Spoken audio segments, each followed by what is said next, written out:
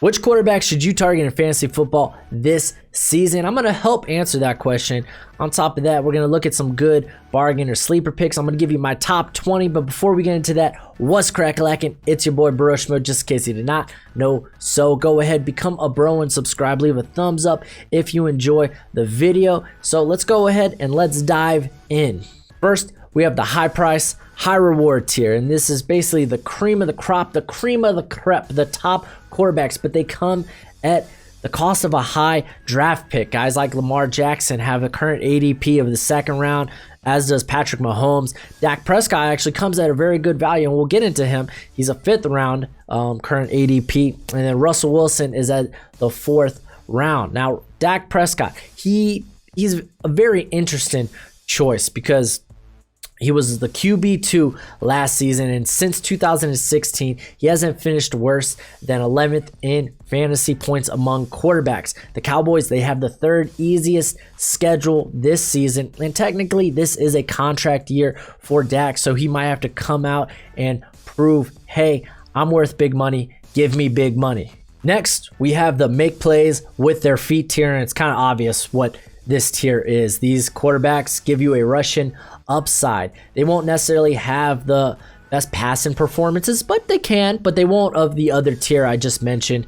But last season, Watson, Murray, and Allen, they all rushed for at least 400 yards on the season with at least 4 touchdowns. I mean, Murray, he finished the lowest of the bunch at quarterback 8. He was a top 8 quarterback.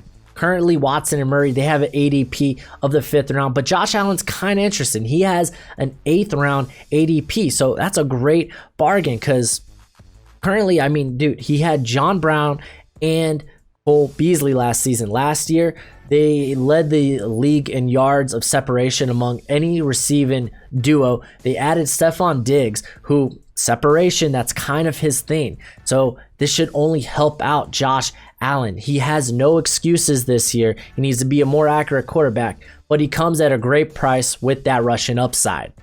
Now on to your faithful tier. You're faithful, you're loyal.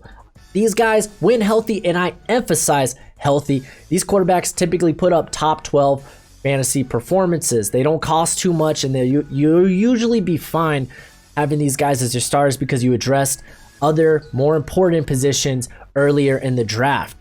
Now, despite what some people may think, Drew Brees, I think, is a big sleeper here. He was the QB3 from when he returned in Week 8 last season with his only sub 20-point performances, both coming against Atlanta. So I don't mind having to sit Brees for his bye and maybe against Atlanta again twice. So that's kind of rough. But this guy, he also comes with Emmanuel Sanders. Just ask Jimmy G what Emmanuel Sanders did for his fantasy points. Before Emmanuel Sanders came, Jimmy G, he was at 12 points per game. With Emmanuel Sanders, that went up to 19. That's a 7-point increase per game. I'm just saying, Emmanuel Sanders might help Drew Brees. Next, we got the potential top 12 quarterback tier. And hopefully you already have your starting quarterback. You're only getting these guys because you need a backup or you're in a super flex league. All these guys are strong options. They come at great prices. They all currently have an ADP of the 10th round or lower. And just taking a look at these. Stafford, before he got hurt, he was having a great season last year. Matter of fact, his average target or his average depth of target was a career high, which indicates he was looking for the big play. So he's got big play upside. And don't write off Big Ben Roethlisberger either. He's just a season removed from being the quarterback 3 in 2018. And just kind of forget about that Patriots performance last year. The Patriots defense kind of did that to every quarterback last year. And then we, of course, have Joe Burrow. Now, I'm not saying he could be a top 12 quarterback in fantasy, but in all likelihood he will be, because historically quarterbacks who are the number 1 overall pick typically finish in the top 12 their rookie season. So I'm just saying history is kind of on his side in this, and plus he'd be a backup anyway, so why not swing for the fences? And last but not least is the prove it or the rebound year tier. I'm just saying these guys better be your backups.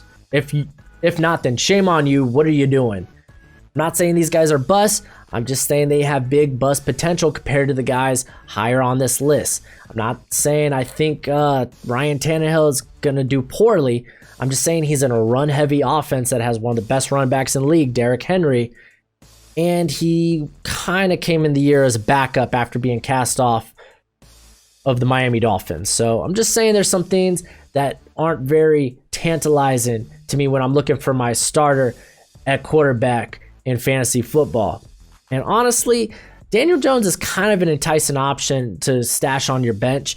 I mean, there's a good chance at high production for him, assuming the Giants will probably be behind in most games, so he'll probably have to be slinging the ball.